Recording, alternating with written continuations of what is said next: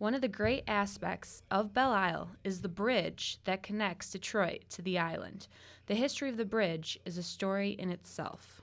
Well, the Douglas MacArthur Bridge, better known to most Detroiters as the Belle Isle Bridge, is the third bridge to be in that spot. It was named the MacArthur Bridge after World War II in honor of General MacArthur, who was the architect of the American victory in the Pacific. Of course, originally there was no bridge, and people would take rowboats, ferry boats to cross over to Belle Isle and enjoy the picnicking. But as soon as we had the opportunity, we had a bridge that came right out at the base of Grand Boulevard. Originally it was a wooden bridge, and in 1916, evidently some guys who were doing some road repairs and had some charcoal keeping the tar hot. Charcoal fell out, the bridge caught on fire, and burned very quickly. Belle Isle was very popular. They put up a temporary bridge, and then in 1923 they actually erected a stone bridge. It was a big celebration. They brought in a high diver from France who was supposed to dive off the bridge deck into the river. That day was kind of gray, very windy. The French high diver refused to do it. So a bunch of the local kids came out, climbed up well above the roadbed, and they dove off, embarrassing the diver but giving everybody a great show. Everyone loved the new bridge. Well, almost everyone. Before there was a bridge, Detroiters had to find a different way to get to Belle Isle.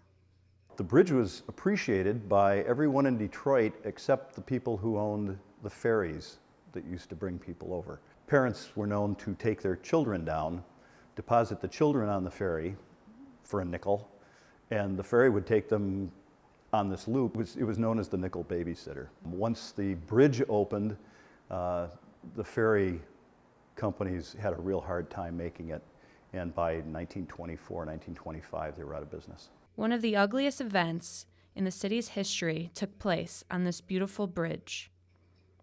One of the significant events that happened on the Belle Isle Bridge was the start of the 1943 riots. There was a rumor that somebody had thrown a woman and her baby off the bridge. It was totally false, but it was enough to just sort of ignite the tinderbox.